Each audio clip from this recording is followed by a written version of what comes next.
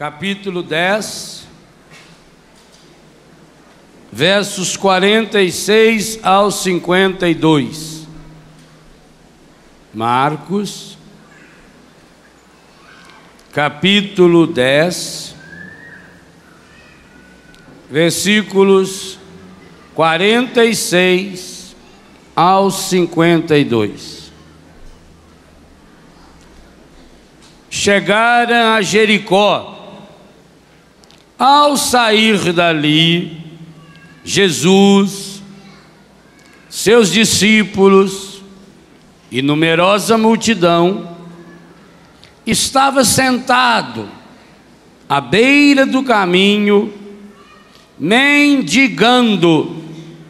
Bartimeu, que era cego, filho de Timeu, sabendo que era Jesus de Nazaré, começou a gritar: Jesus, filho de Davi, tem compaixão de mim. Muitos o repreendiam para que se calasse, mas ele gritava ainda mais alto: Filho de Davi, tem compaixão de mim. Jesus parou e disse: chamai-o. Chamaram o cego, dizendo-lhe: coragem, levanta-te, ele te chama. Lançando fora a capa, o cego ergueu-se de um salto e foi ter com ele. Jesus, tomando a palavra, perguntou-lhe: que queres que eu te faça? Rabone, respondeu-lhe o cego, que eu veja. Jesus disse-lhe: vai, a tua fé te salvou. No mesmo instante, ele recuperou a vista e foi seguindo Jesus pelo caminho. No mesmo instante, ele recuperou a vista e foi seguindo Jesus pelo caminho. Palavra da salvação.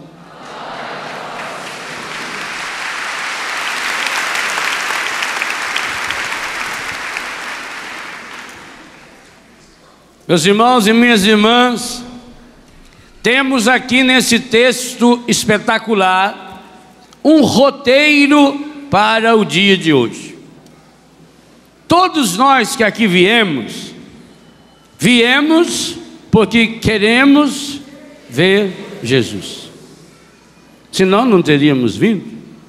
Todo mundo que veio a esse acampamento e as milhares de pessoas que estão vindo hoje e amanhã sabem o tema desse encontro.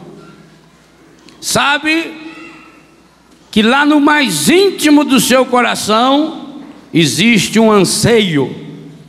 Aliás, o documento da CNBB, o documento que explicita esse projeto de evangelização, que eu aconselho cada pessoa a ler, Projeto Nacional de Evangelização para o ano de 2004 ao ano de 2007, aqui dentro desse livrinho de poucas páginas, documento 72 da CNBB, que fala do projeto com esse nome, Queremos Ver Jesus, Caminho, Verdade e Vida, aqui diz duas vezes: esse é o anseio mais profundo do coração humano. Queremos ver Jesus é o anseio mais profundo. Vamos explorar esse tema. É aquele que está escondido lá no mais íntimo dos meus anseios, de todas as pessoas. O documento diz que queremos ver Jesus é o anseio, inclusive, daqueles que não sabem formular essa pergunta, daqueles que não sabem externalizar essa necessidade. e que por isso acabam querendo ver Jesus, ou aquilo que só Jesus pode nos dar, nas coisas e nas pessoas, e não encontram. Por isso, a CNBB lança uma oração. Eu vou rezar aqui só 2 frases dessa oração. A oração do projeto de evangelização, oração que nós vamos rezar muitas vezes nesses próximos 3 anos. É assim: Pai, no início do 3º milênio, queremos ver Jesus, caminho, verdade e vida. Você pode rezar isso já comigo, já dá de decorar. Pai, no início do 3º milênio, queremos ver Jesus, caminho, verdade e vida. Então a primeira frase da oração diz o nosso desejo. Qual é o nosso projeto? Queremos ver Jesus, caminho, verdade e vida. Primeira frase dessa oração mostra o nosso anseio. E qual é o nosso anseio? Queremos ver Jesus, caminho, verdade e vida. Segunda frase faz um grande pedido, que eu penso que deveria essa segunda frase ser a grande oração desse acampamento. O grande pedido que nós fazemos, parece que quem escreveu isso aqui não foram os bispos do Brasil. Se entregasse essa oração para você num papelinho, você ia dizer: isso aqui é coisa de Padre Jonas, Padre Léo, isso aqui é coisa de carismático. Mas não, é dos bispos, está aqui, ó. Quando você achar esse documento nessa cor, com essa faixinha aqui, pode comprar. É documento oficial da CNBB, Conferência Nacional dos Bispos do Brasil. Sinal de que os bispos do Brasil bolaram essa oração, aprovada, obviamente, por sua santidade o Papa. Olha qual é o pedido que faz, depois de explicitar o anseio. Qual é o mesmo anseio? Caminho, verdade e vida. Cada um desses termos são importantíssimos. Depois que explicita o anseio, vem o primeiro grande pedido. Significa, esse pedido que virá é aquilo que vai possibilitar que a gente veja Jesus, caminho, verdade e vida. Dai-nos pela ação do Espírito Santo. Dai-nos a graça de um encontro pessoal com o Cristo vivo.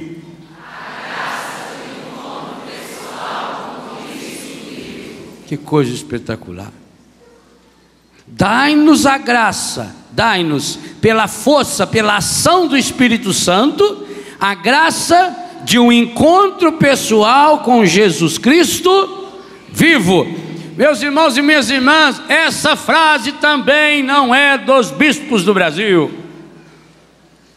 Essa frase foi dita por sua santidade o Papa Paulo VI, no ano de 1971, no grande congresso dos servos da renovação carismática, então nascente, o primeiro congresso da renovação carismática. Você vai encontrar essa frase na primeira página do segundo livro que eu escrevi há 15 anos atrás, livro chamado Tocar o Senhor.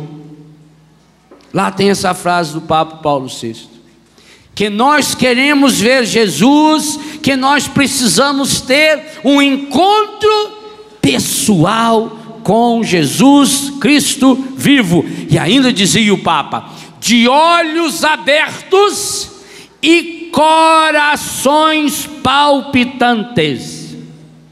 Ou seja, precisa ser um encontro consciente, olhos abertos. Mas que coisa espetacular! Vocês aí que estudam psicologia ou são psicólogos, pensa na força dessa palavra proferida por sua santidade o Papa Paulo VI. Isso há 33 anos atrás. Eu não era nem nascido ainda. Veja, 33 anos atrás. De olhos abertos e Coração palpitante. O que significa coração palpitante? Não é o coração da sua vizinha que vive dando palpite. Aquilo é coração palpiteiro. É outro caso. É fuxiqueiro. Você já notou que fuxiqueiro é o fuxi do chiqueiro? É para onde vai a pessoa que gosta de fazer fuxico. Faz. Coração palpitante não é pessoa que vive dando palpite na vida alheia. Coração palpitante significa um coração que pula. Então o Papa Paulo VI estava dizendo que para ter esse encontro pessoal, olha, o encontro é físico. Eu preciso ter olhos abertos. A minha dimensão física, a minha dimensão intelectual. Olhos abertos significa intelectualidade, racionalidade, razão, conhecimento.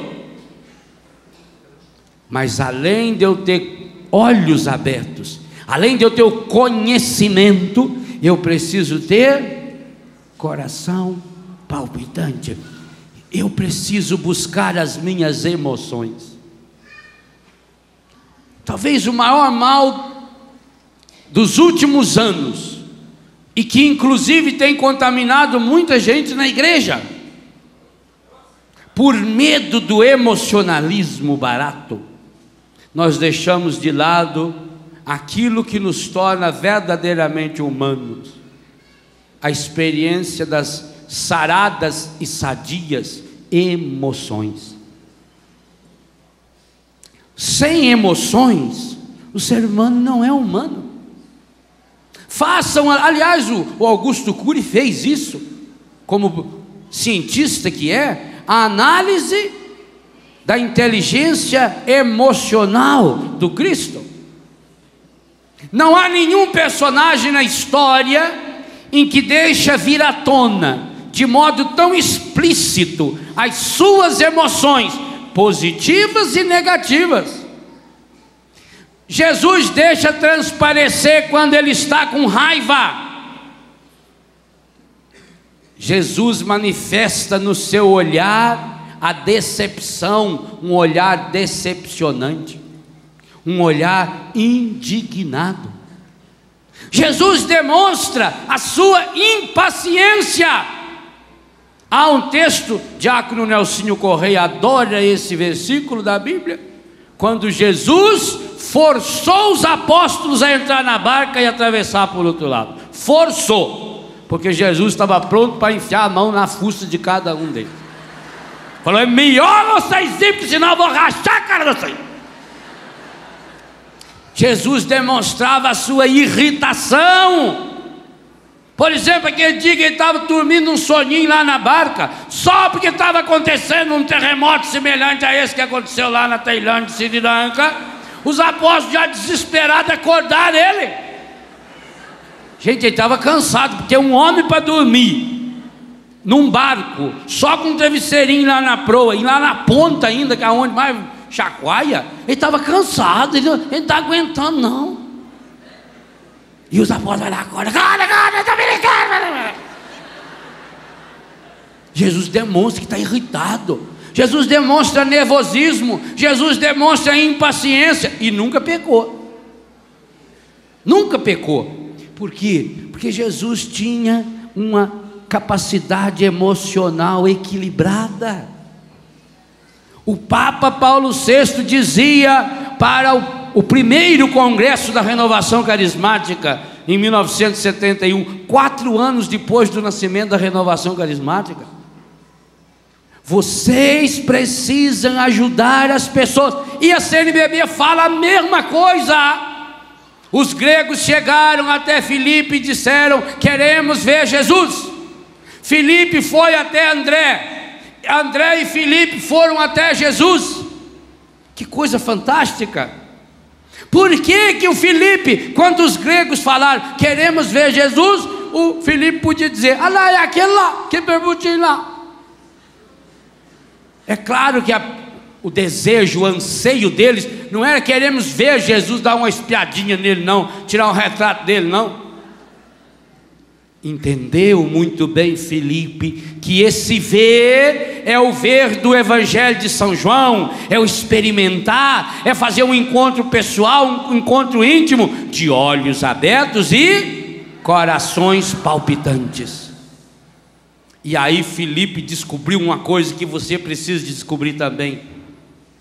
Ele não tem condições de sozinho levar ninguém até Jesus.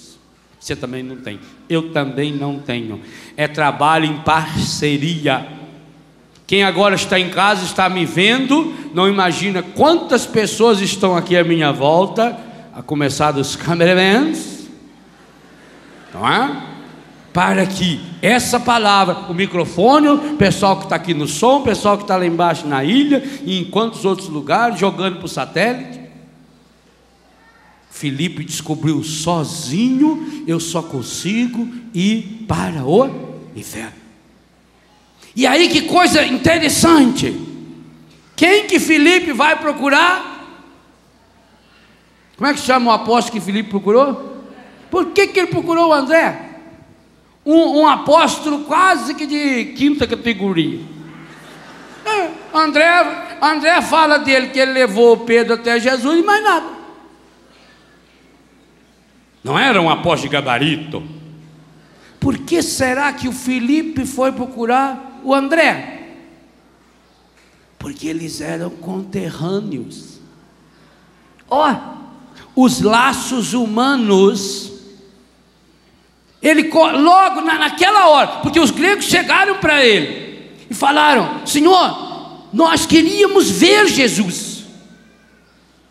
O Filipe percebeu. O desejo deles não é pura e simplesmente olhar Jesus de longe, senão é muito fácil só mostrar para ele. É só dar uma informação. Não tem a história que o pessoal chegou lá no velório, aquele tanto de gente no velório, perguntaram para um bêbado: quem que morreu aí? Falou: aquele que está lá no caixão, que tem que estar lá. Não era esse o sentido da pergunta? Também não era uma informação que não correspondesse à verdade. O padre começou a fazer o sermão do sepultamento do homem. Aqui está um honrado pai de família, um modelo de cristão, pai de longa experiência, homem de uma fidelidade estranha. A viúva cutucou o filho e falou: olha lá se é o seu pai mesmo que está no caixão. Trocaram de fundo. O Filipe viu na pergunta dos gregos, no pedido dos gregos, algo que ia além da sua capacidade humana.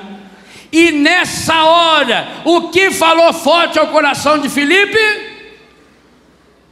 Os laços familiares, o contexto em que ele vivia. Meus irmãos e minhas irmãs, nós precisamos de pessoas que passaram pela mesma experiência que nós, para ajudar-nos a sair dos buracos. Eu vivo em Betânia, e aliás esse texto precede Betânia. O texto, queremos ver Jesus, João 12, acontece logo depois que Jesus sai de Betânia, naquela semana que ele está indo e voltando de Betânia a Jerusalém, a última semana da vida de Jesus. Eu vivo numa comunidade de Betânia, por quê? Porque lá, todos nós que moramos lá dentro, um dia já fomos usuários de droga. Então, a gente acaba se ajudando. Quando a gente encontra um filho que está numa situação difícil, numa situação de angústia, numa situação de tristeza, a gente partilha com ele aquilo que a gente já experimentou. E Deus vem e transforma essa experiência humana em graça divina. Exatamente o que acontece aqui nesse contexto. Para entendermos bem esse itinerário, observe o esquema desse trechinho do Evangelho que nós lemos. O Evangelho é situado. Jesus está saindo de Jericó e está indo para Jerusalém, vai fazer uma parada em Betânia. Primeiro vai fazer uma parada em Betfagé. Os 4 evangelhos contam a mesma história. Para em Betfagé e diz para os discípulos: vão na aldeia que está aí em frente, Betânia, e tome lá, pegue lá um burrinho que está assim, assim, assado, que eu vou entrar com o burrinho em Jerusalém. É esse o contexto. Na saída de Jesus de Jericó para Jerusalém, uma estrada perigosíssima, lá onde está a parada, hoje ainda, a parada do bom samaritano, porque como era uma estrada muito perigosa, muito cheia de curva, muito cheia de grutas, de pedras no deserto, ficavam muitos bandidos escondidos ali para assaltar as pessoas. Jesus ia fazer essa travessia. Jesus ia sair de Jericó, a cidade mais antiga do mundo, no lugar mais baixo da terra, ao lado do Mar Morto, 393 metros abaixo do nível do mar, e ia subir para Jerusalém. Os alvoroços da passagem de Jesus. Gente, não pense, quando a gente falar em Jericó, não pense numa cidade igual São Paulo. Quando nós falamos em Jericó, nós estamos pensando num lugar mais ou menos igual a Biguá. É um lugarejo que tem uma rua principal. Tanto que o Zaqueu, quando viu que Jesus estava vindo e não conseguiu enxergar, já sabia onde ele ia passar. Não é que Zaqueu tinha um mapa astral de Jesus, não. É que Zaqueu sabia que Jesus não ia voando, e para ir andando só tinha uma estrada. Ora, bora. Quando só tem uma estrada, você não fica em dúvida qual pegar, não é verdade? Pessoa lá na roça, por exemplo, é muito fácil. Agora, corre o risco. Eu tive um parente meu que foi acidentado, atropelado em São Paulo. Porque lá na casa dele, quando ele saía para atravessar a estrada, a mãe falava: olha, meu filho, presta atenção, olha para cima, olha para baixo. Chegou em São Paulo, ele olhou para cima, olhou para baixo, não tinha nada e foi. Avenida 23 de Maio, aquele tanto de carro atropelou, cuidado. Mas quem que manda ser burro? Quando tem só uma estrada, querido Bartimeu, na verdade significa Juninho, filho do Timeu, Bartimeu, filho do Jonas, Jonas, B-A-R, quase a mesma coisa de boteco nosso, mas não é boteco não. Esse B-A-R, na Bíblia significa filho. Então era o Juninho, filho do seu Timeu. Por que que ele estava lá na beira da estrada? Por que que ele foi parar lá, logo naquele lugar? Ele sabia que Jesus ia passar ali? Não. E por que ele estava ali então? Pedindo esmola. Você vai pedir esmola, até ele é cego, mas não é burro. Ele vai pedir esmola lá no meio do mato, onde não tem ninguém? Não, ele vai pedir. Isso, cego não é besta, ele escuta. Pelo zum, o cego sabe direitinho quando está vindo gente. Você pode ver de longe, você olha, o ceguinho está sentado lá na beira da estrada com a panelinha dele, ele está quietinho.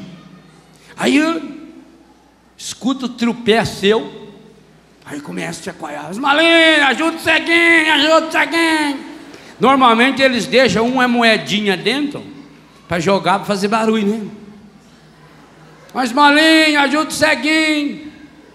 O cara, para aprontar com o cego, pegou a moeda na hora que ele jogou. Aí o cego jogava de novo, falava: nossa senhora, será que eu fiquei surdo também? Não estou escutando mais. Esse ceguinho estava lá porque ali passava muita gente. Ele foi lá para pedir esmola. Ele estava atrás de alguém que desse lá uns troquinhos para ele, uns euros, uns dólares, tanto faz. Agora tem gente que é tão panduro. Nós temos um rapaz lá em casa chamado Paulo César, estava contando a história para mim essa semana. Eu fiquei tão chateado. Diz que ele estava na casa dele, passou um rapaz, gritou assim, bateu na porta, falou assim: PC, uma esmolinha. Ele falou: pode passar por baixo da porta. Olha, gente, achando que o homem foi lá para dar esmola para ele. Você é uma pessoa com falta de sensibilidade, não é? Aquele, coitado daquele cego, estava lá para pedir uma esmola. Ele queria comida, ele queria dinheiro. Mas, como ele estava no lugar certo, Quando ele escutou aquele furdunço, aquela barulheira, aquele zum zum, e todo mundo comentando, porque naquela época era igual hoje também. A hora que um pega a falar, Nossa Senhora Aparecida. Tem gente que vem em acampamento só para atazanar os outros, que só sabe falar, fazer duas coisas: conversar na hora errada e andar na hora errada. Isso é a especialidade que tem. Espera 2 horas para começar a pregação, a oração, pois a hora que começar ele vai levantar com a cadeira para ir para o outro lado achar alguém. João 12 já diz: antas sempre tereis entre vós. A tradução é minha, mas o original está lá. É uma tristeza. O cego estava no lugar certo, e quando ele ouviu aquele zum zum, e ele perguntou. Repito, ele era cego, mas não era burro. Quem está vindo aí, esse barulhão todo? É o imperador? Eu falei: não, é Jesus. Jesus? Ah, é aquele que estava na casa do Zaqueu. É aquele que curou os 10 leprosos. Ah, é ele, rapaz. Aí o cego ficou ali, suntando. Quando ele percebeu que o furdunço estava perto dele, o que ele começou a fazer? Vou dizer uma coisa a você que eu já disse em outras palavras nesse rincão umas 50 vezes. Enquanto a sua oração não se transformar num grito, Deus não vai ouvir. Porque aí ainda não é a necessidade. Gritar significa que ele teve a capacidade de se expor diante das pessoas. Ele não ficou num fingimentozinho, ele não ficou numa rezinha intimista. Ai, meu Deus, ajuda eu aqui, minha senhora, ajuda. Ai, porque se o senhor ajudar eu aqui. Não. Ele tem a coragem de se expor. Ele grita, ele berra: Jesus, filho de Davi. Aliás, já é uma profecia, já é uma profissão de fé. Tenha piedade de mim. No que ele começou a gritar, o que as pessoas começaram a fazer? Cala a boca, rapaz, fica quieto. Atrapalha ele não. Não adianta fazer isso para o cego, né? Ele não vê. Se ela cutucar, cala a boca. Fosse a mãe dele, tivesse do lado dele, fazia igual a minha. Coxia, beliscão assim na gente. Cala a boca. Ai, se você falar alguma coisa, nós vamos visitar o seu primo, ele não tem orelha, você não fala nada. Eu já disse, criança nasceu para fazer mãe passar vergonha. Isso é a vocação da criança. A sua criança ainda não fez você passar vergonha? Espera, ela está aguardando a pior hora possível. Sim, pai e mãe que nunca passou vergonha com o filho, não é pai e mãe, tem que passar. O povo mandava o Juninho calar a boca. O que o Juninho fazia? Berrava mais alto. Filho de... Aí na segunda vez que ele berra, para gritar mais alto, ele põe a frase mais curta. Versículo 47. Sabendo que era Jesus de Nazaré, começou a gritar: Jesus, filho de Davi, tem compaixão de mim. Oh, palavra linda. Muitos o repreendiam, não eram só não, muitos, para que se calasse. Mas ele gritava mais alto: filho de Davi, tem compaixão de mim. Já nem falava mais Jesus. Ele deve ter gritado muitas vezes. Jesus parou e disse. Notaram que Jesus só parou quando ele continuou gritando, apesar do povo mandar ele calar a boca? Será que Jesus não ouviu quando ele gritou a primeira vez? Ouviu. E por que não parou? Porque queria saber até onde era a necessidade dele. Por isso que você não recebeu aquela graça nesse ano. Você parou de gritar: anda a hora. Você desistiu.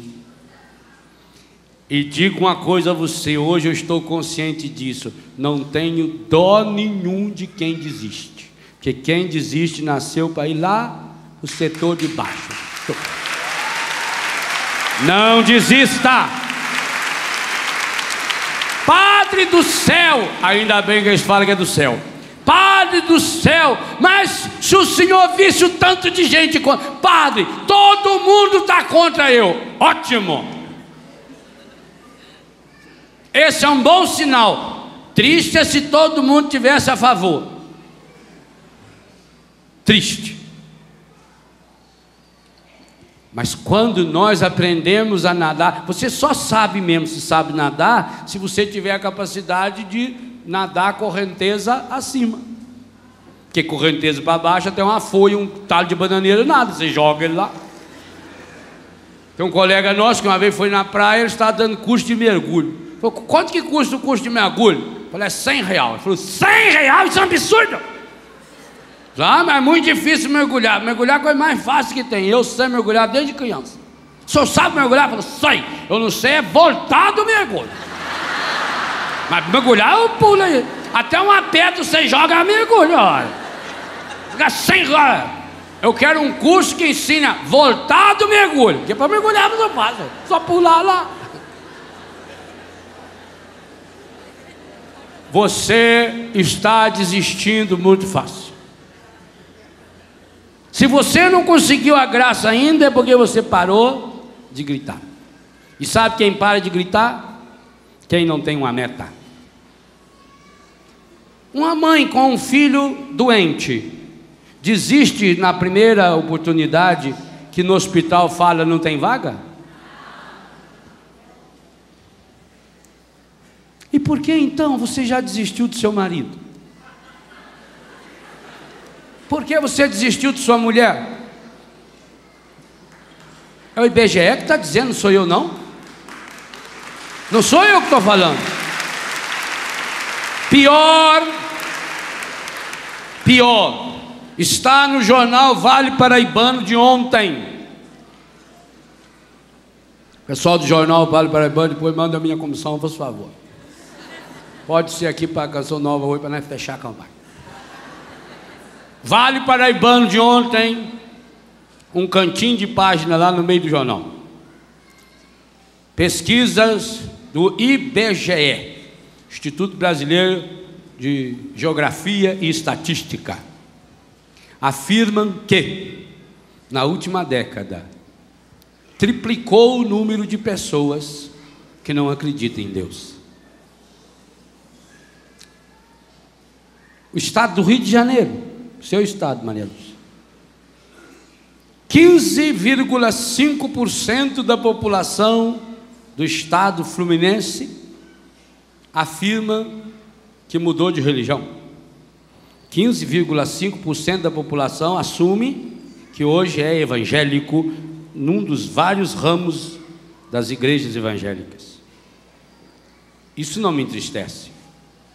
Me entristece saber que 15,5%, o mesmo percentual, no estado do Rio de Janeiro, afirma que não acredita em Deus. 15,5%. No Rio de Janeiro, é o número mais elevado do Brasil. No Brasil inteiro, se não me engano, 7,9% ou 9,7%. Que aí minha cabeça também não é computador. Então vamos colocar 8%, que é a média. Para mais baixo ainda. 8% da população afirma não tem religião. Por que desistiram de Deus? Porque não tinha necessidade dele. Não desista. Não desista do seu Deus. Não desista da sua fé. Pai e mãe, não desista do seu filho. Talvez o seu filho continue cada dia pior, cada dia se drogando, se prostituindo, brigando, não respeita você, mas não desista do seu filho. Marido, pelo amor de Deus, não desista da sua esposa. Esposa, não desista do seu marido, porque quem desiste do marido, quem desiste da mulher, quem desiste do filho, quem desiste do pai, quem desiste da sua igreja, acaba desistindo de Deus, e o pior dos piores, acaba desistindo de si mesmo.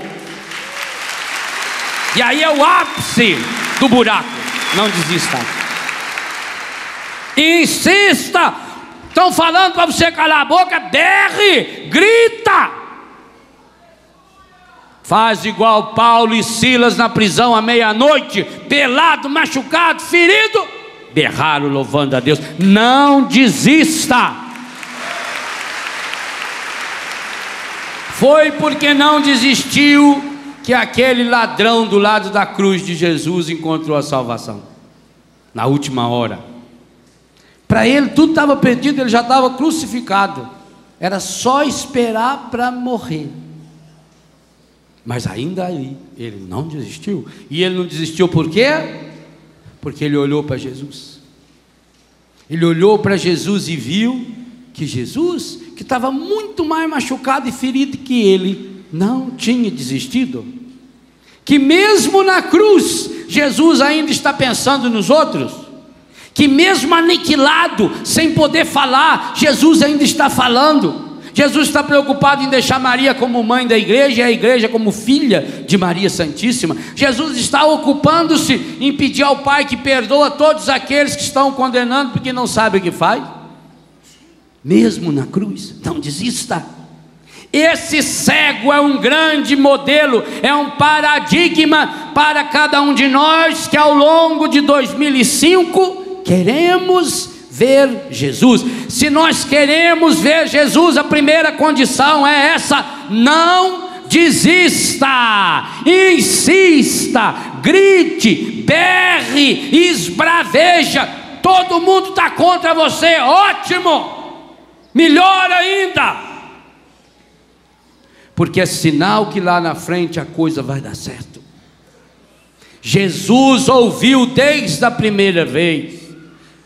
A Bíblia chega a dizer que Jesus ouvia o pensamento das pessoas, não que ele ficasse bisbilhotando, porque ele olhava para o rosto da pessoa, e como Jesus não tinha medo de olhar no olho das pessoas, ele descobriu o que se passava no coração da pessoa. Por isso que muita gente tem medo de olhar um no olho do outro.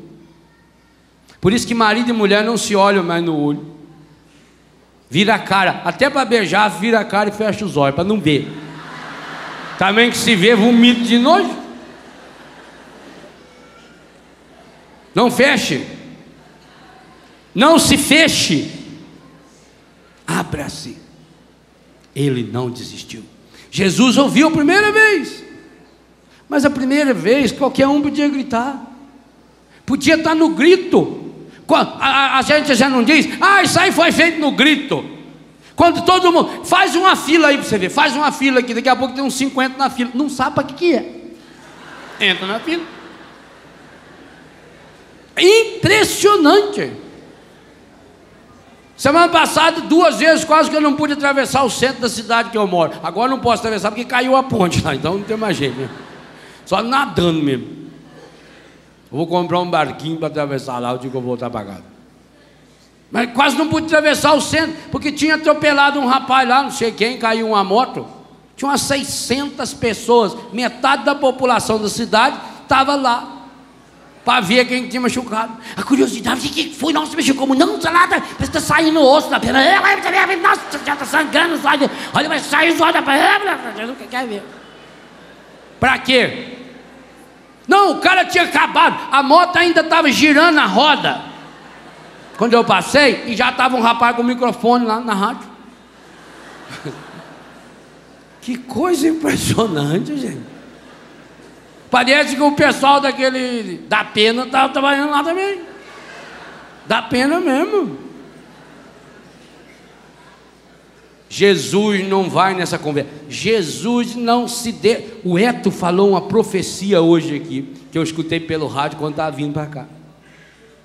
Ele disse: hoje, durante o dia ou amanhã, acha um lugarzinho aí, vai embaixo de uma árvore, vai lá na capela. Não falou? Faça um silêncio e retome sua vida na mão. Jesus estava esperando o silêncio interior do cego. Jesus estava esperando a consciência clara do cego. Jesus estava esperando o cego saber o que ele queria. Vou dizer uma coisa a você: a maior parte das coisas que você acha que quis até hoje na vida, você não queria. Pega um exemplo: você queria muito comprar aquele sofá, ou queria muito comprar aquela calça, ou queria muito comprar aquele relógio, e você lutou para comprar. Em quantas vezes você deitado na cama perdeu o sono imaginando como é que seria maravilhoso ter aquele sofá, ter aquele micro-ondas, ter aquele forninho, ter isso ou ser aquilo. E aí você comprou. E agora não preencheu você. Por quê? Porque na verdade você não sabia bem o que queria. Você vai pela onda. Você já notou como muda a moda? Eu não tenho álbum de fotografia, eu queimei tudo já, faz muito tempo. Mas coisa medonha é quando você vai na casa e vem mostrar o álbum de fotografia pra gente. E você mostra aquelas fotos lá que você tirou em 68, 75. Mas meu Deus, você era medonho, minha filha. Você com aquela calça cor de abóbora, parecia aquele negócio do Rincão. Boca de sino. Aquela caixa de tergal, com aquela quina enorme, aquela fivelona de estrela. Mas você era medonho. Você já foi feio, louco. Você melhorou muito. A moda muda. Muda a moda? Muda.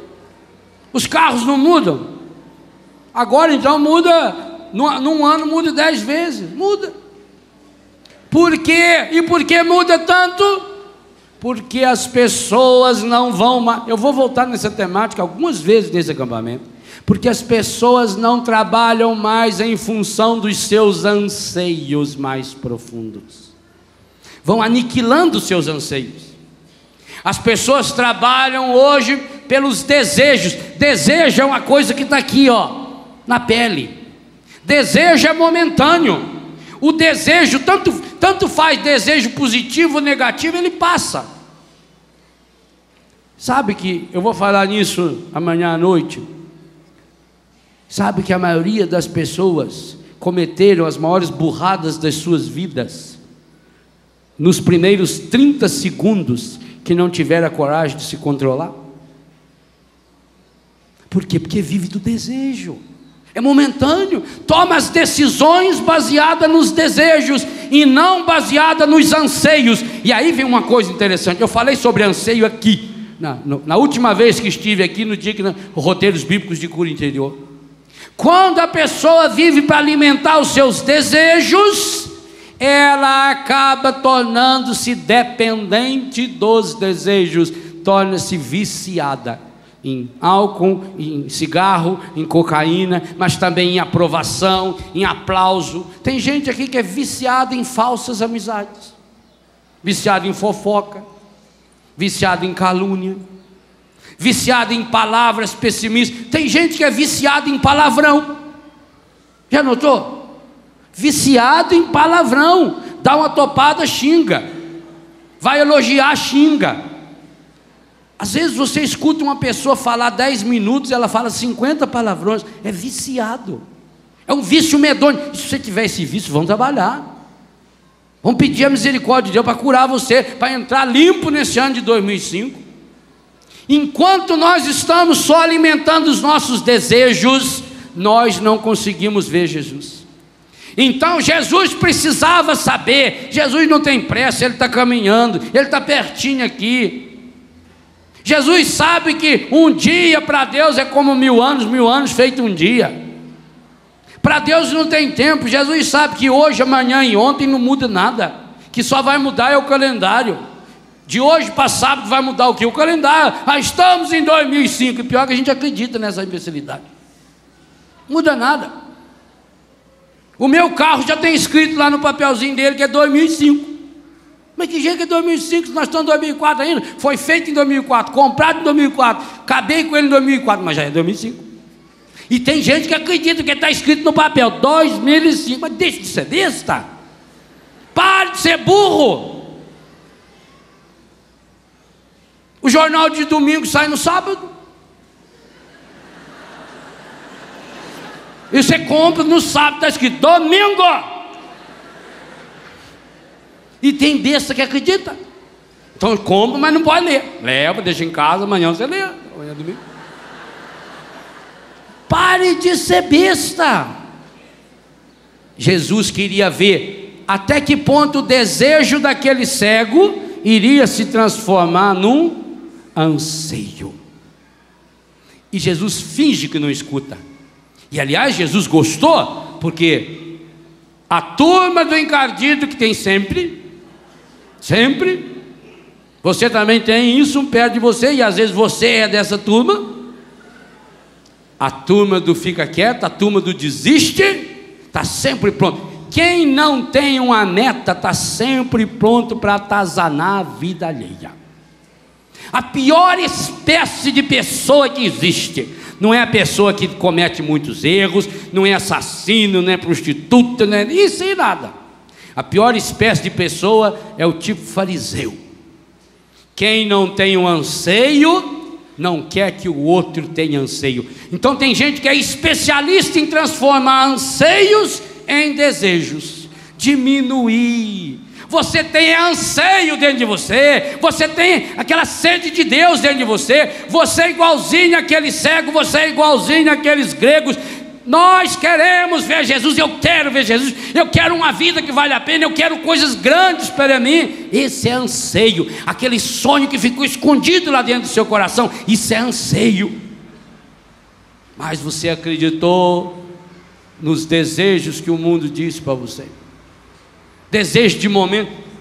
Quando um rapaz e uma moça se encontram pela primeira vez, me lembro quando eu era adolescente, tinha uma cavalona que estudava de tarde, nós cruzava final da escola.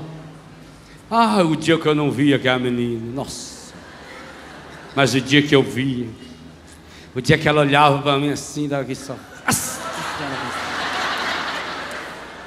coração ia palpitando, eu almoçava que era uma beleza, não tinha nada que prestava para comer e eu agradecia a Deus. Eu ia para do Carcil trabalhava das 2 às 10 da noite, feliz da vida. Eu estava lá cortando uma peça lá no torno, sujo de graxa, mas eu imaginava era ela que estava ali. Beleza! Por quê? Porque o que faz um rapaz olhar para uma moça olhar para o rapaz, o que faz você segurar na mão e tremer, que é uma coisa medonha, arrepia, os ossinhos da coluna vão um dando os parabéns pro outro, parabéns, não é assim? Arrepia a pele da gente, a gente treme. Isso chama-se anseio. Anseio de amor, anseio de carinho, isso é anseio. Aí o que o mundo fez hoje?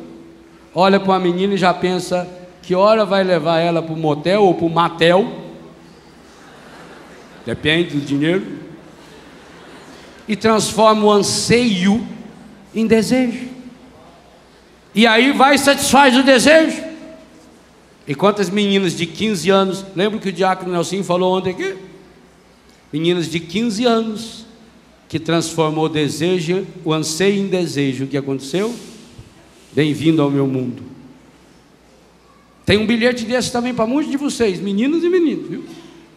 Também para os senhores e para as senhoras. Não pensa que esse bilhete só escreve quem tem HIV, não. Lá no boteco tem um escrito para você também: bem-vindo ao meu mundo, o mundo dos derrotados, dos frustrados, o mundo daqueles que deixam se levar pelos desejos.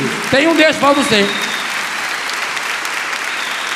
Transforme os seus desejos em anseios, porque quando nós transformamos anseios em desejos, em pouco tempo os desejos se transformam em vícios. Se Bartimeu fosse viciado, se ele fosse viciado, o que ele estaria fazendo quando Jesus passasse? Ele estaria sentado, cabeça baixa, reclamando e dizendo: isso aí não é Deus coisa nenhuma, isso aí não é profeta, se Deus existisse eu não estava cego aqui. Como eu sofro, se soubesse o tanto que eu sofro, minha Nossa Senhora, o tanto que eu sofro. Mas ele não tinha transformado anseio em desejo, ele não deixou que transformasse os desejos no vício, o vício da lamúria, o vício da reclamação. Ele berrava, e enquanto todo mundo mandava ele calar a boca, ele berrava, era mais alto: filho de Davi, tem compaixão Que palavra linda ele usa, compaixão. Com, junto, paixão é sofrimento. Sofra comigo, que coisa linda. Tem compaixão de mim. É como se ele pedisse para Jesus: oh Jesus, sofra um pouquinho comigo. Mas que coisa fantástica. Parece que Jesus não era muito delicado à primeira vista. Porque se tem um cego berrando lá, seria a minha delicadeza? Eu, como uma pessoa delicada, por exemplo, fosse eu que tenho uma delicadeza que é uma coisa esplendorosa, o coice de um jumento é mais delicado que eu. Mas pensa bem, isso é eu. Agora está lá o ceguinho sentado lá na beira, com aquela capona enorme nas costas. Qual seria, na lógica humana, o procedimento correto de Jesus? Imagine se Jesus fosse um deputado em campanha política. O que ele iria fazer? Jesus iria até ele. Não é a lógica? Pensa comigo. O cego está lá, não sabe para onde ir, não está enxergando Jesus, está lá sentado à beira. O texto situou. Eu comecei essa pregação dizendo que era um texto situado, que estava lá à beira do caminho de Jericó para rumo de Jerusalém. Jesus seguia os discípulos, estava sentado à beira do caminho. À beira, craseado, lá do lado ele estava, mendigando. Ele estava lá fazendo algo, mendigando. Bartimeu, que era cego, estava lá. A lógica é Jesus ir até ele.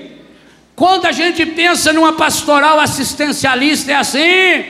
Muitas assim, me desculpe, senhoras mães e senhores pais, muitos de vocês erraram e alguns estão errando até hoje na educação dos filhos, fazendo aquilo que eles podem fazer. Amar não é você carregar no colo quem sabe andar. Quem sabe andar não deve ser carregado no colo, a não ser que esteja machucado. Amar é você empurrar a pessoa ou puxar. E muitas vezes amar, você empurrar ela na beira da ribanceira para ver se ela pega resistência. Quantos de vocês estão fazendo todas as vontades do filho? O filho está lá e larga aquele prato de comida cheio. 5 minutos depois ele pede danoninha, assim, dá. Depois não declara que não tem dinheiro para pagar tanta conta, porque faz o que quer. Criança que hoje chega 10, 11 horas da noite, está lá assistindo televisão. Eu quero. Se desligar ele fica uma fera. O senhor aqui do cursinho, o senhor aqui do cursinho. Eu não tenho dó não, não tenho pena nenhum. Jesus não alimenta o comodismo. Se você quer um encontro com Jesus, se você quer ver Jesus, saia do seu comodismo.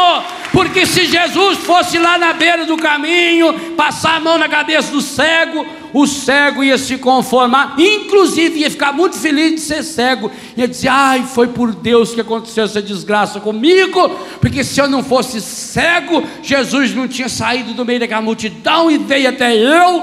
Ai, eu fiquei tão feliz da vida. E ele ia esquecer que ele queria era ser curado. Ele ia gostar da cegueira, como alguns de nós gostamos da cegueira. Tem muita gente aí que é doente porque gosta de estar doente, porque só quando está doente é que o marido dá atenção, a mulher dá atenção, o filho dá atenção, o médico dá atenção. Tem gente que vai no médico sabe que está precisando de atenção, aí chega lá, o médico está naquele dia dele também não dá atenção, ninguém usa pata lá. Por isso que toma remédio, não sara nada. Se Jesus fosse até onde estava o cego estaria sentado lá até hoje, se ele tivesse morrido. Mas pode ter certeza, ele teria saído de lá, outro ocupado no lugar dele, porque até os cegos estão loucos para tomar o lugar um do outro. Porque na sociedade a gente só vive repetindo as coisas. Esses dias eu falei com o Toshio, saímos daqui, o último dia que estava aqui, saímos daqui, fomos para São Paulo. Quando chegamos em São Paulo, a marginal estava entupida lá, trânsito que não andava. Daqui a pouco tinha um rapaz lá com um carrinho vendendo água, refrigerante. 10 metros para frente tinha outro igualzinho, 10 metros para frente outro igualzinho, outro igualzinho. E assim, vê o sujeito fazer alguma coisa e começa a fazer igual. E nunca tem coragem de descobrir qual é a sua vocação. Porque você vive só repetindo, reproduzindo, remedando o que os outros fazem. Jesus não vai sustentar acomodados. Jesus não atende oração de gente acomodada. O que Jesus fala para esse cego à primeira vista parece uma insensibilidade. Olha no texto. Eu não quero inventar o texto, não. Jesus parou e disse: chamai-o. Ainda falou para o povo que estava ali, como quem diz: vocês que até agora mandou ele calar a boca, agora faça alguma coisa. Você que a vida inteira você viveu levando os outros para o inferno, agora é hora de levar alguém para o céu. Chamai-o.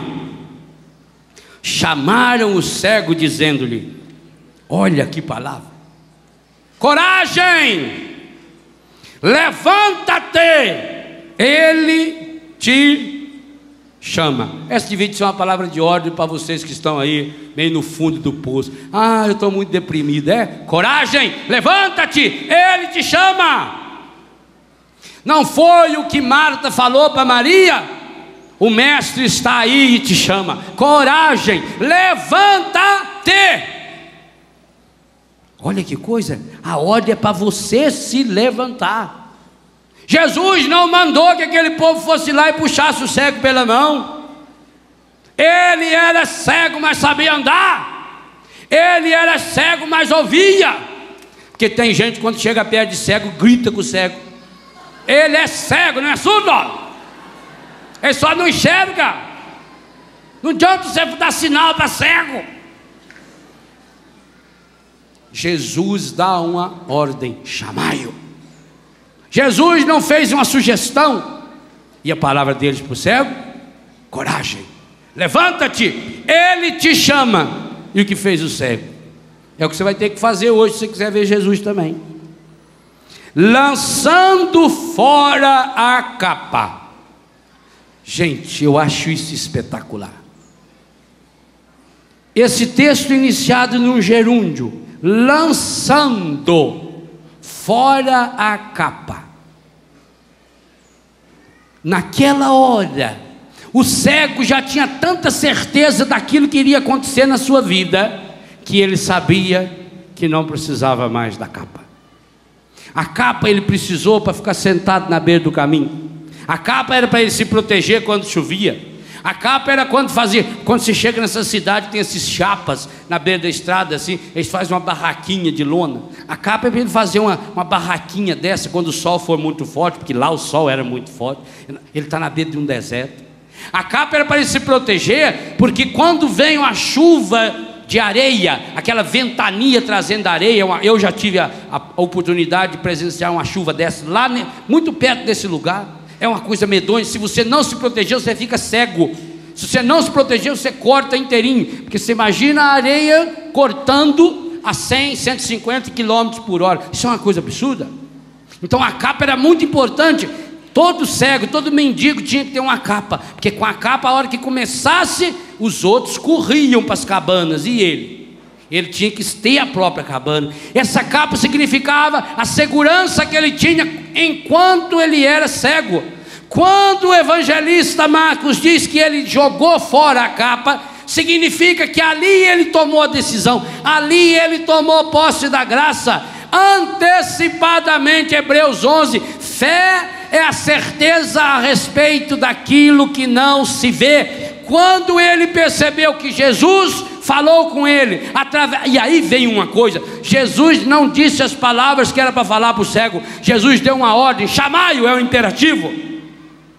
Mas aqueles que estavam perto dele, e aqui vem uma grande importância, igualzinho Filipe e André foram importantes para os gregos, e o documento da CNBB diz que cada um de nós aqui é chamado a conduzir o outro até Jesus.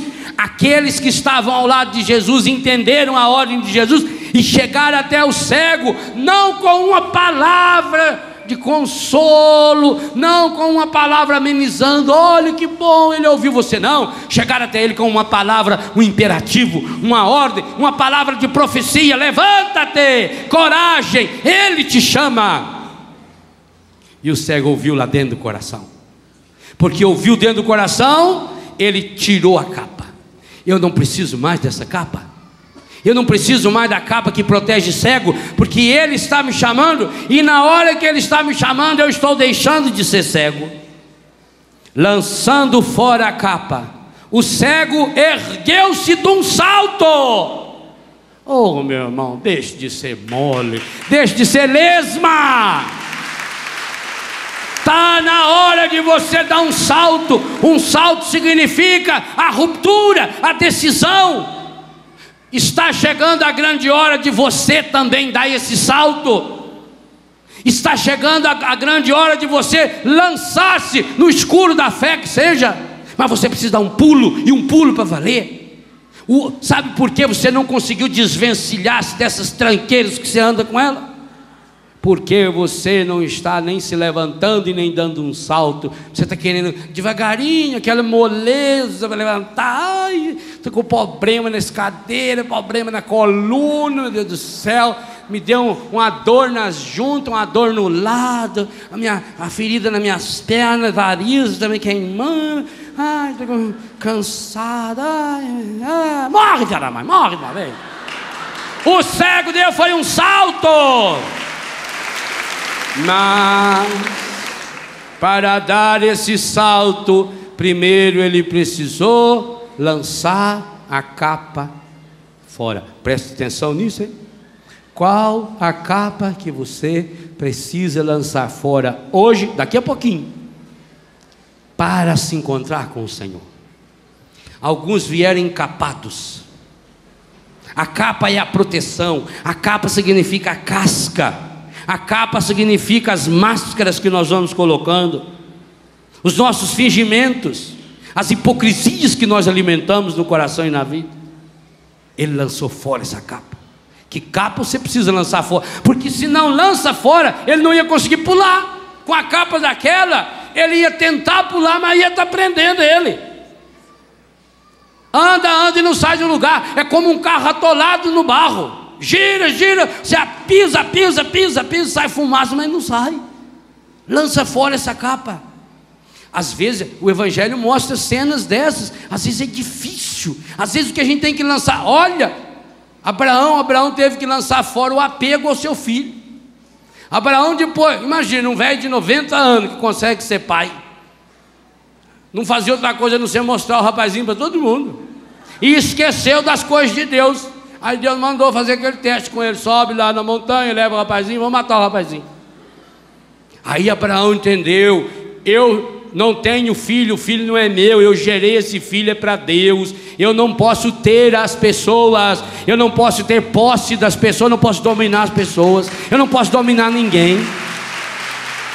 Que capa você precisa lançar fora? O cego, lançando fora a capa, deu um pulo, deu um salto, ergueu-se de um salto e foi ter com Jesus. Quando ele chega perto de Jesus, Jesus perguntou: que queres que eu te faça? Eu sou profundamente apaixonado pelas perguntas tolerância zero de Jesus. Gente, faça uma análise sociológica de Jesus nesse texto. Primeiro, a sua insensibilidade de não ouvir o coitado de um cego que berrava desesperadamente pedindo sua cura. Depois, quando ouviu, Jesus deu uma de gostosal. Ele é importante demais para descer ao nível daquele cego de beira de estrada. Parece que Jesus está num pedestal. Quem quer eu, venha até eu. E agora parece que Jesus está tirando um pelo da cara do cego. O cego vem na turma querendo carregar ele. Nunca quer carregar cego. Dê o braço para ele, ele segura em você. Ele tem mais sensibilidade que você. Levaram o cego chega lá. Jesus olha nele: que queres que eu te faça? Senhor, queria muito pedir que o senhor é amigo do governador lá em Brasília. O senhor falasse com a dona Wesley para me arrumar um cachorro daquele labrador. guia cego. Senhor, queria pedir que o senhor não falasse com o Jorge Armani para me arrumar um par de óculos novo. Eu queria muito ganhar uma bengala que tivesse sensor na ponta que apita, que a hora que tivesse... O que um cego desesperado, depois de meia hora, quase rouco, está querendo? E por que Jesus faz essa pergunta para ele? Porque que coisa fantástica, espetacular, maravilhosa! Jesus não vai pelo óbvio. Não adianta você dizer assim: Senhor, o Senhor sabe que eu estou aqui, o Senhor sabe que eu preciso, ajuda eu. Jesus não trabalha para a Rede Globo, Jesus não faz previsões de futuro, Jesus não se apresenta no Ratinho, Jesus não vai na Mãe de Ná. Jesus não supõe nada, porque Ele é delicado o suficiente para respeitar você.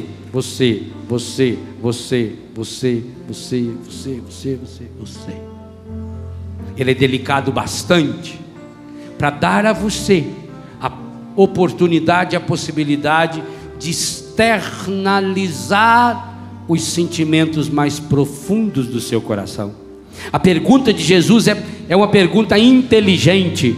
Inteligente vem do latim intus legere, lê o que está no mais íntimo. A pergunta de Jesus é para que o cego revelasse aquilo que estava mais escondido no seu coração.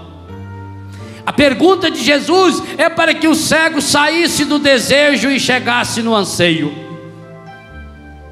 A pergunta de Jesus era para que o cego saísse do seu imediatismo, porque talvez se o cego, se fosse imediatista, ele podia só pedir um pouco de pomada para passar na perna, que estava tudo assado de tanto que ele ficava sentado na beira estrada.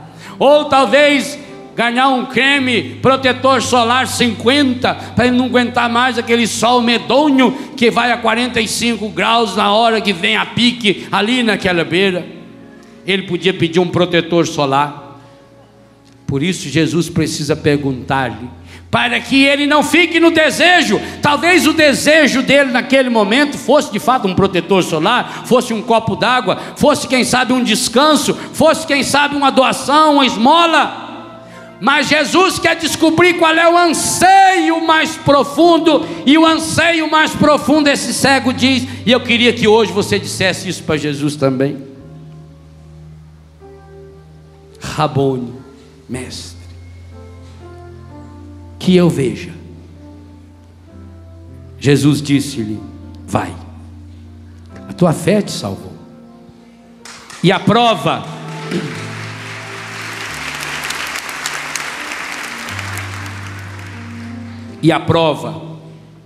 de que a pergunta de Jesus foi no mais profundo dos anseios daquele cego. Versículo 52. No mesmo instante, ele recuperou a vista, e o que fez? E foi seguindo Jesus. Vou dizer uma coisa a vocês com muita tristeza no meu coração. Nesses anos todos de ministério, o único milagre, que eu não presenciei foi a ressuscitação de um morto. Talvez até por falta de fé minha, porque nunca tive coragem de rezar para um morto ressuscitar. Vai que dá errado. Todos os outros milagres do Evangelho eu já vi. Já vi cego enxergar, já vi mudo falar na minha frente, já vi paralítico andar, já vi pessoa com HIV ser curado na hora. Monte. Eu não sei quantas mil pessoas Deus já usou por meu intermédio para curar essas pessoas. Não sei. São milhares. Mas sabe de uma coisa que eu sei? 99,99999% dessas pessoas nunca mais eu vi na minha vida. Nunca mais. Na hora do desespero vieram lá, foram curados, e depois alguns hoje estão lá de volta no pecado. Aqui está a certeza de que esse cego saiu do desejo para o anseio. Aqui está a certeza porque ele largou a capa. Porque ao começar a enxergar, agora ele só tinha um sentido na sua vida, e o sentido era seguir Jesus. Eu quero ver Jesus. Eu quero seguir Jesus. Sim, Senhor, eu vim a esse acampamento pela grande necessidade que eu tenho no meu coração de um encontro pessoal com a Tua graça. Eu quero, Senhor, ao longo desse acampamento, de olhos abertos e corações palpitantes, nós queremos ver Jesus. Pai Santo, Pai querido, Pai amado, no início desse novo milênio, do terceiro milênio, nós queremos ver Jesus, caminho, verdade e vida. Dai-nos, pela força do Espírito Santo, a graça de um encontro pessoal com Jesus. Sim, Pai, assim como aconteceu para Bartimeu, esse menino filho do seu Timeu, que teve a coragem de largar a sua capa, de dar um pulo, de berrar desesperadamente. Hoje também, Pai, eu vim para esse acampamento, mas, Pai, eu trouxe a minha capa, eu acabei trazendo a minha capa, a capa do meu egoísmo, do meu comodismo, a capa da mentira, a capa dos meus vícios. Alguns trouxeram até mesmo dentro da capa a droga, a camisinha, os remédios que costuma tomar, as bebidas escondidas. Alguém deixaram lá dentro da barraca como se fosse uma capa escondida, aquele preservativo, aquela revista estragada, aquela bebida. Hoje eu quero, Pai, tirar a minha capa. Aqui eu vejo, Pai, no itinerário desse cego, um roteiro para que eu também possa ver seu filho Jesus. Eu já estou aqui à beira do caminho. Jesus vai passar bem pertinho de mim daqui a pouco, Pai.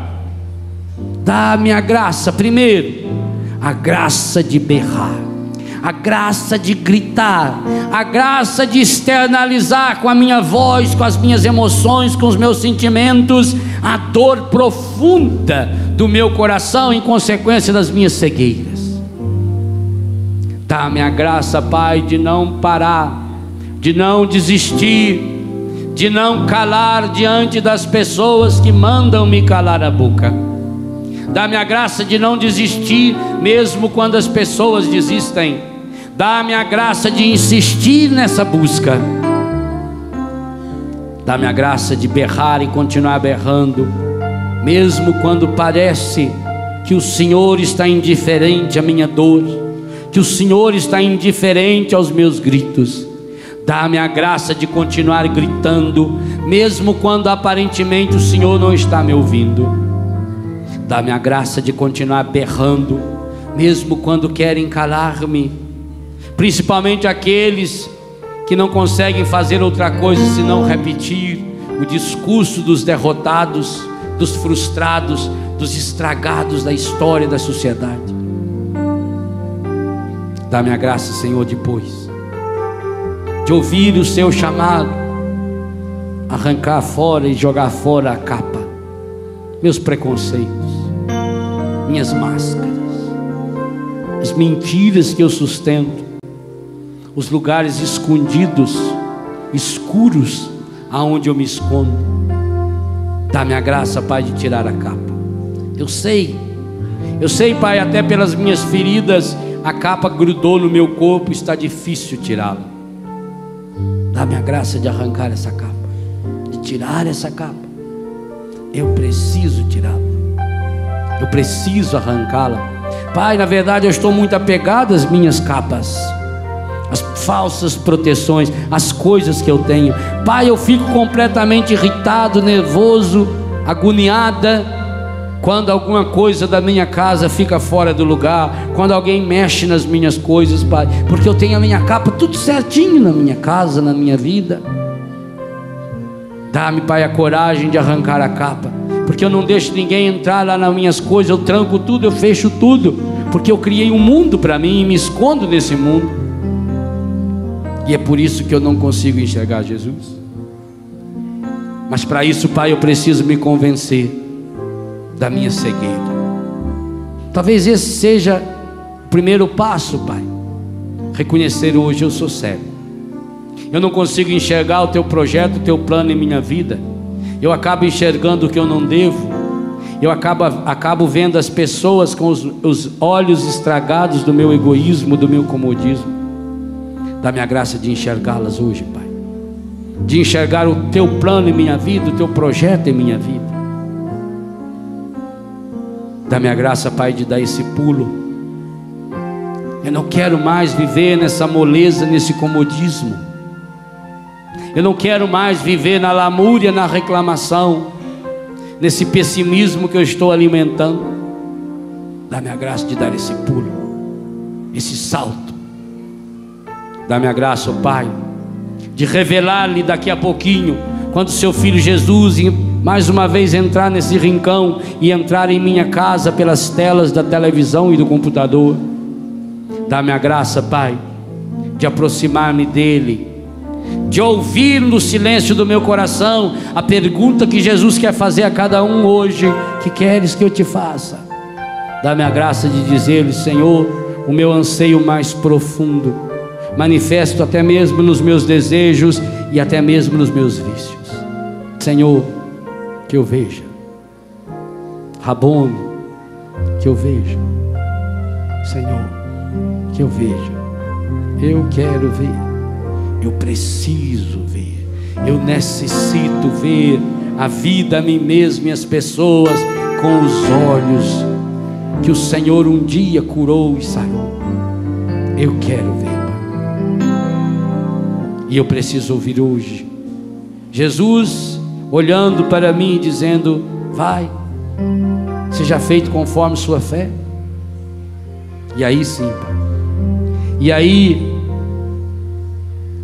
experimentando essa cura e essa restauração, eu posso segui-lo. Eu quero segui-lo. Eu quero ir atrás das pegadas que o Senhor deixa na história e na minha vida. Eu quero ser seu discípulo. É para isso que eu estou aqui. Eu quero vê-lo. Eu preciso.